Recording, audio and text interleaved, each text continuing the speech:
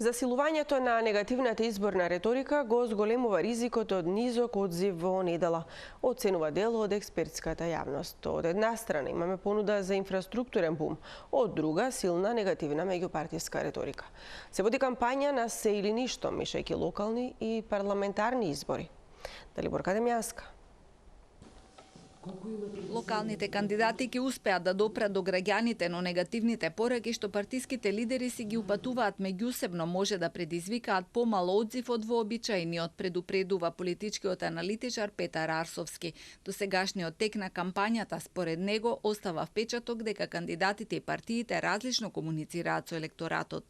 Кампањата поминува како две независни линии на комуникација. Едната е таа што ја прават кандидатите, а таа се однесува на локалните проблеми на граѓаните и на понудата за локалните избори.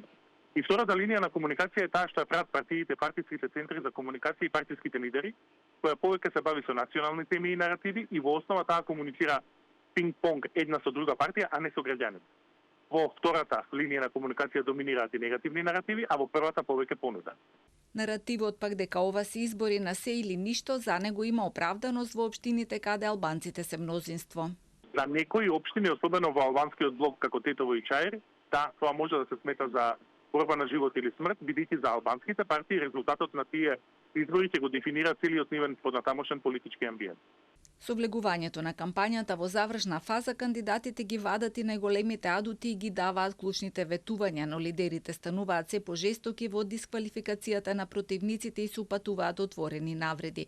Најжестоките удари се разменуваат меѓу СДСМ и ВМРО ДПМНЕ, како и меѓу Вреди и НАИ. 20-дневната кампања завршува в петок на полноќ.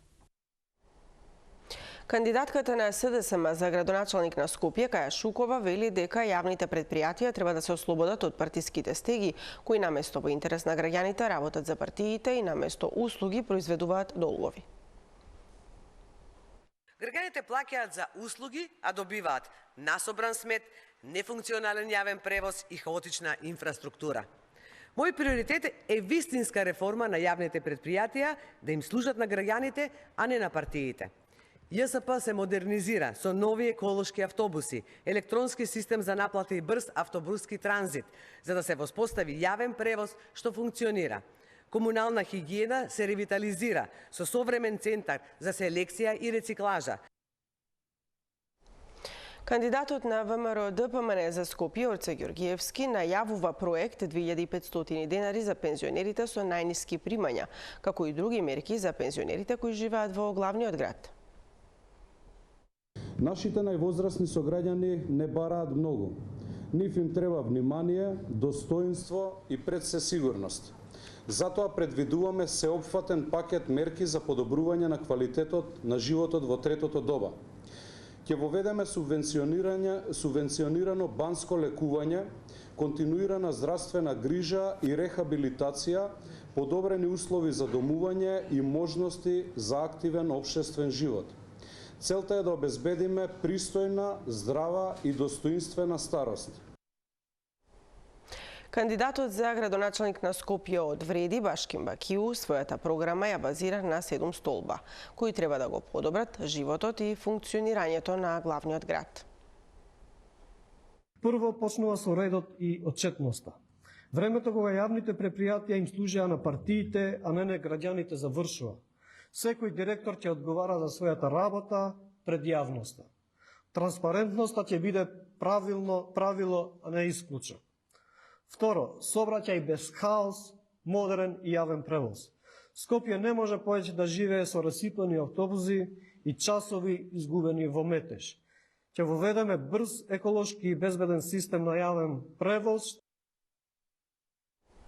Носителката на независната советничка листа во град Скопје, Ана Белчева, рече дека како метропола, главниот град мора да се сврти на обнова на стари објекти кои не се користат за младински културни сцени. А како пример се посочени магазините на Славија во Киселавода.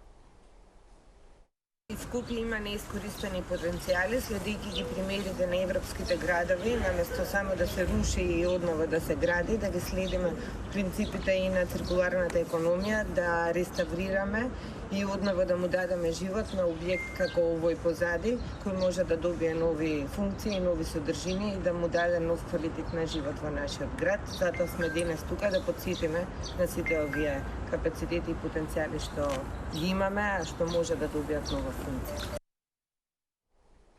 Кандидатите на левица во општина Струга потенцираа дека струшката депонија го убива градот и представува Чернобил покрај езерото, кој е показател на системскиот криминал и корупција.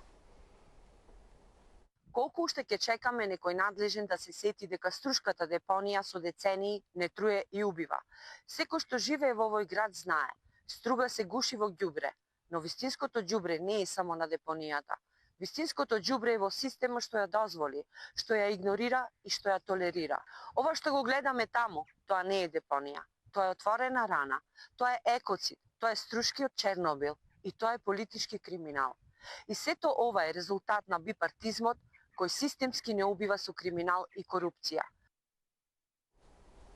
Бледран Рамадани, кандидат за градоначалник на коалицијата на ДУИ за општина Сарај, настапува со предизборна платформа од 10 точки, а прв фокус му е локалниот економски развој.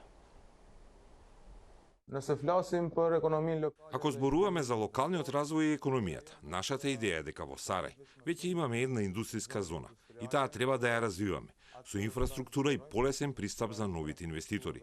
Целта е инвестициите таму да растат и да растат. Сарај може да стане активна и атрактивна економска зона, каде бизнисите растат, а младите остануваат за да ја изградат нивната иднина.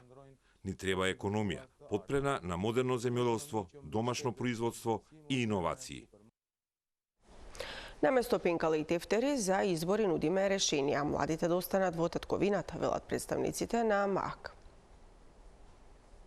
На градскиот пазар во Битола, да ги посетиме граѓаните и пазарджиите во Битола, да им кажеме кои сме и што им нудиме за локалните избори и ја очекуваме нивната поддршка за да може да дојде до некакви подобрувања во Битола. Еве и овде, како и секаде, ни побара пенкала и запалки, ефтини работи кои ќе се потрошат. Наместо тоа, ние им ја носиме идејата за македонскиот опстој, идејата нашите деца да останат овде заедно со нас.